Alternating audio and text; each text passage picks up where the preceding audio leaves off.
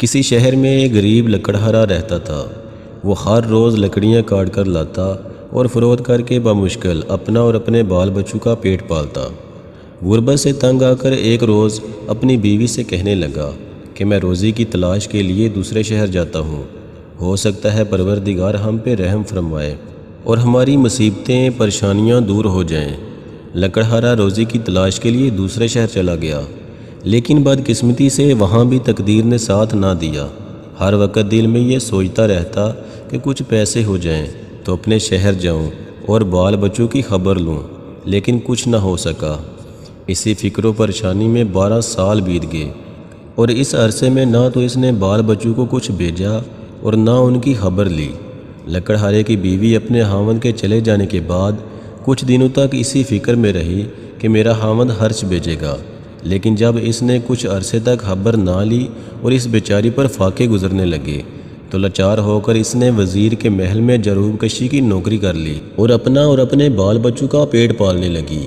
ایک روز لکڑہارے کی بیوی نے خواب دیکھا کہ میں وزیر کے محل میں جھاڑو دے رہی ہوں کہ میں نے دیکھا کہ حضرت امام جعفر صادق علیہ السلام تشریف لائے ہیں۔ آپ نے اپنے صحابہ کی طرف متوجہ ہو کر فرمایا، آج کیا تاریخ ہے اور کون سا مہینہ ہے؟ صحابہ نے عرض کیا، یا مولا، آج شب 22 رجب المرجب ہے۔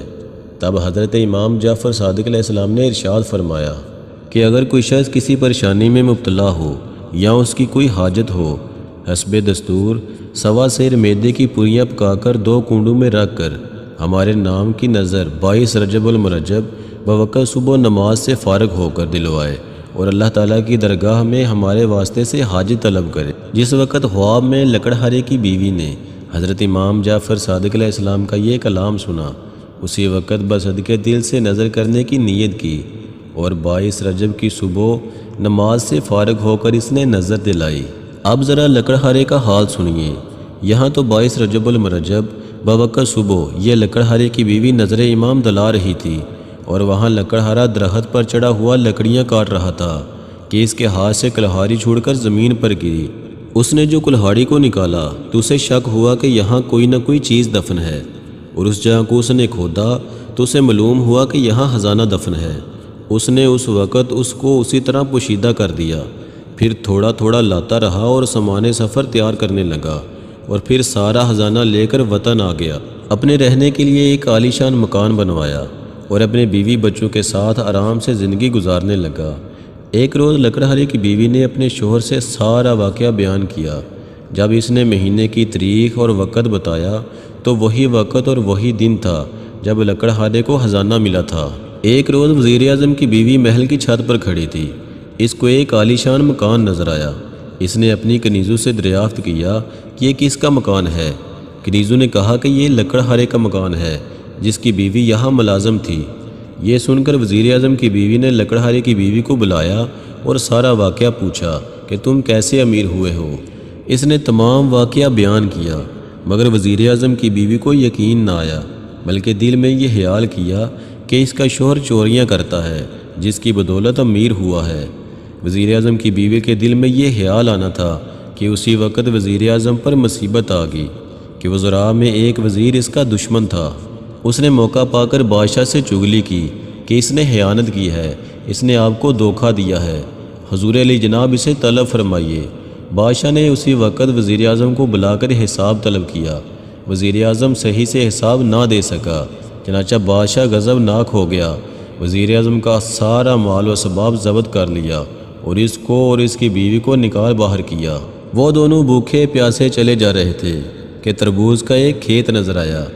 وزیر اعظم نے اپنی بیوی سے 2 درہم لے کر جو اتفاق سے اس کے پاس رہ گئے تھے، اس کا تربوز خرید کر رومال میں باندھ لیا کہ کسی جگہ اطمینان سے بیٹھ کر کھائیں گے۔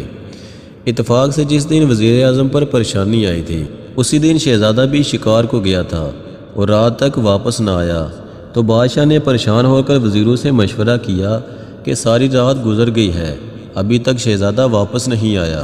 اسی وزیر نے جس نے وزیر اعظم کی چغلی کھائی تھی بادشاہ سے عرض کیا، مجھے تو ایسا معلوم ہوتا ہے کہ وزیر اعظم نے بوجہ دشمنی موقع پا کر شہزادے کو قتل کر دیا ہے۔ یہ سن کر بادشاہ نے وزیر اعظم کی گرفتاری کا حکم دے دیا۔ سپاہی گئے اور وزیر اعظم اور اس کی بیوی کو پکڑ لائے۔ اس وقت تک وزیر اعظم نے تربوز کو نہیں کھایا تھا، بلکہ اسی طرح رومال میں بندھا ہوا تھا۔ اسی حالت میں گرفتار ہو گیا۔ بادشاہ نے دیکھا کہ رومال سے سرخ خون ٹپک رہا ہے۔ رومال کھول کر دکھایا گیا تو بادشاہ کی نظروں میں شہزادے کا سر نظر آیا۔ بادشاہ اپنے بیٹے کا سر دیکھ کر رونے لگا اور حکم دیا کہ رات بھر وزیر اعظم کو قید میں رکھو، صبح اس کو قتل کر دینا۔ وزیر اعظم اور اس کی بیوی جیل خانے میں بھیج دیے گئے۔ وزیر اعظم نے اپنی بیوی سے دریافت کیا کہ یہ بات ابھی تک معلوم نہ ہو سکی کہ ہم پر یہ مصیبت کیسے آ گئی، کون سا گناہ ہم سے سرزد ہوا ہے جس کی ہم سزا بھگت رہے ہیں۔ اس پر وزیر اعظم کی بیوی نے لکڑہارے کا قصہ منوان بیان کیا اور کہا کہ مجھے اس نظر کا اور حکم امام جعفر صادق علیہ السلام کا یقین نہ آیا۔ وزیر اعظم نے اپنی بیوی سے کہا، اس سے بڑھ کر اور خطا کیا ہوگی؟ تو نے امام جعفر صادق علیہ السلام کا حکم جھٹلایا ہے، توبہ کر، امام علیہ السلام کا فرمان درست ہے۔ الغرض دونوں رات بھر گریہ وزاری کے ساتھ اپنے گناہوں کی معافی مانگتے رہے، صدقے دل سے اس نیاز کی نیت بھی کی۔ خداوند عالم نے ان کی دعا قبول کر لی۔ صبح شہزادہ بھی شکار سے واپس آ گیا۔ بادشاہ نے شہزادے سے دریافت کیا، اے نور چشم، تم اتنے عرصے کہاں رہے؟ عرض کیا، حضور، شکار نہ ملنے کی وجہ سے میں نے باغ میں قیام کیا تھا۔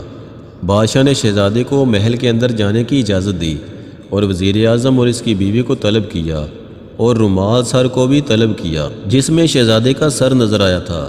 اس رومال کو خود کھولا اور دیکھا کہ اس میں تربوز ہے۔ بادشاہ سخت متعجب ہوا اور وزیر اعظم سے دریافت کیا کہ یہ کیا معاملہ ہے۔ وزیر اعظم نے جو قصہ اپنی بیوی سے سنا تھا منوان بیان کر دیا۔ بادشاہ نے یہ سن کر لکڑہارے اور اس کی بیوی کو طلب کیا اور ان سے حالات دریافت کیے۔ انہوں نے تمام واقعہ بیان کر دیا، جس کو سن کر بادشاہ بھی صدقے دل سے ایمان لے آیا اور وزیر اعظم کو اس کا عہدہ واپس دے دیا اور چغل خور وزیر کو سزا دے کر نکال دیا۔ دعا ہے پروردگار ہماری مرادیں بھی۔ امام